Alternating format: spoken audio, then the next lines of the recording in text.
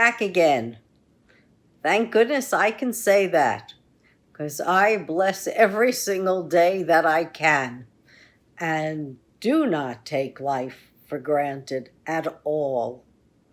It's another heat wave in New York City. We're right now experiencing 90-degree weather, and it's going to go hotter and more humid. I can't complain. I'm inside, in air conditioning. Don't keep the lights on except for when I'm doing this YouTube with you. However, across America, 150 million people are suffering. They've got extreme heat, they've got fires, and they've got drought. I feel sorry for everyone who's living under these dreadful conditions. And so many are unprepared for the weather and the heat exchanges. They don't have air conditioning. People don't have water. If a fire displaces you, you have nothing but what you escaped with. It's a tragedy, not only here, it's on a global level. I'm reading about the southern countries like Italy, Greece, and Turkey, Spain, Portugal. However, there are feelings of hope. The hope springs from new ideas that are really the use of old techniques to combat the force of these extreme heats that we're experiencing.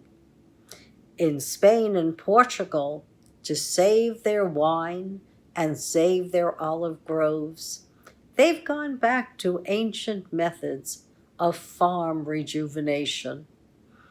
They don't plow in between those vines anymore or those trees. Nope, they let the grass grow up. And by doing so, they've got better plants, they don't use pesticides, and they can sell their product at a premium. In the Northwest, the Klamath Indians are actually going back to their roots as well. They're doing what their ancestors did, controlled burns. It's what I've heard the rangers ask for years, controlled burns.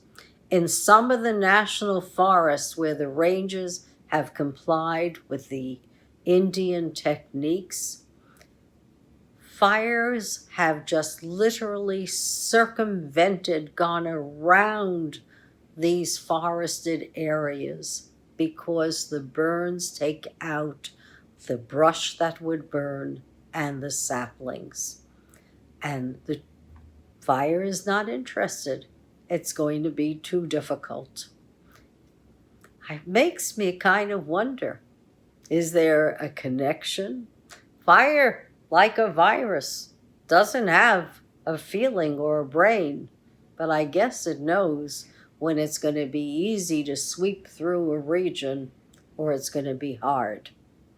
Just like the Delta variant, it's sweeping through our country. And there are many reasons why that's happening. Those of us who are putting it off for another day to get that vaccine, they're just leaving another day and another body for the virus to infect. And now I've been told by our outgoing governor that 53 out of 63 counties should re-mask up. Well, I've only been inside a restaurant once in 2 years, and I use my mask wherever I go. So for me, this is not a big deal, but it is a big deal for many. And lately, the only excuses I'm hearing about not getting the vaccination is, I don't have the time. So it's not even about listening to others or living in a silo. or only hearing one point of view. No, people think they've got time on their hands and they can wait to get the vaccine. Just look around us. Just look at the hospitals. Listen to what people are saying. When a husband has to say that he feels dreadful, that his wife, who's going through chemotherapy, couldn't stay in the hospital one more day because they needed the beds for COVID patients. That's a crime. It's a crime that now hospitals in many cities are going to be devoted to COVID patients exclusively. What about the people who are immunosuppressed? What about the people going through cancer therapies or dialysis? We can't leave those people out, not when we know there's a cure for COVID, and that's the vaccine. And what does it do? It takes a half hour out of your life to get the vaccine. If that much. If you're in healthcare, you can get it probably in 15 minutes. So I don't know what excuses people are using, or what they're telling themselves, or whose opinion is more important than actually acting and getting the vaccine. It's just like saying, I'm going to vote. Well, don't tell me you're going to vote. Just vote. Right? I mean, there are some things we must act. For some of us, that's very difficult because we don't really follow our own counsel. We listen to others and we're vulnerable to what they have to say. It's up to us. Are we going to listen to others when we can see around us what's happening? There were climate deniers.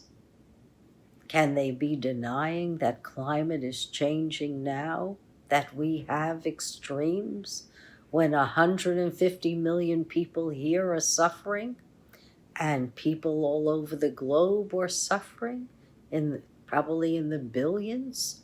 These are national security issues at this point in time. Everyone wants to escape.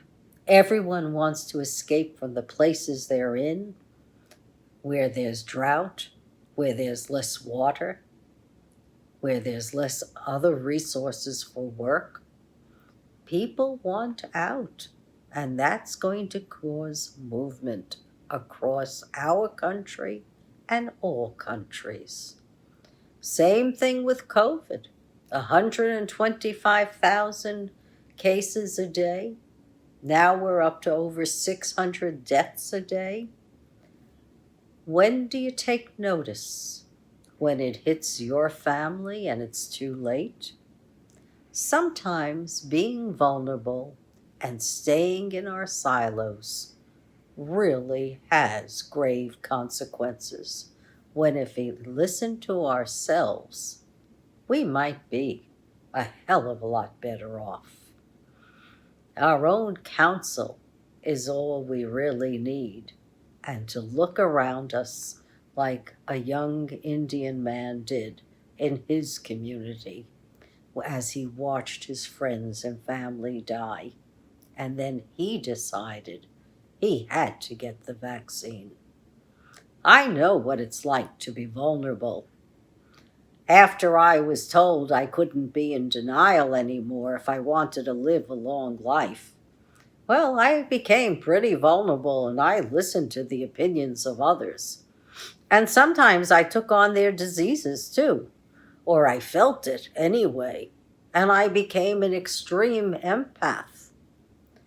Or, as in the case this week, which was kind of interesting, I was on a Zoom call with my rabbi and a friend, and my friend just said, I can't stop cursing.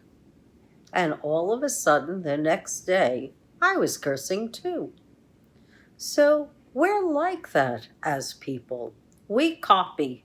We copy the people we love and respect. But we don't have to. We can say no, like I did. I said no. And I don't really curse. It's not really in me to do so. Have I done it before? Sure. Am I shocked? No, I don't care. But I'd rather talk to people in a civilized way and try to find out what makes each of us tick, and myself especially, so that I don't have any part of me that's hidden from myself. And I can look at myself and laugh at my foibles and appreciate when I'm doing the right thing. Because it's important. We all have to live our own lives, to live it well. It's something you can live with better when it's your decision and your choice. Has to come from within. If it doesn't, it really doesn't have much meaning. Thank you, and thank you for listening.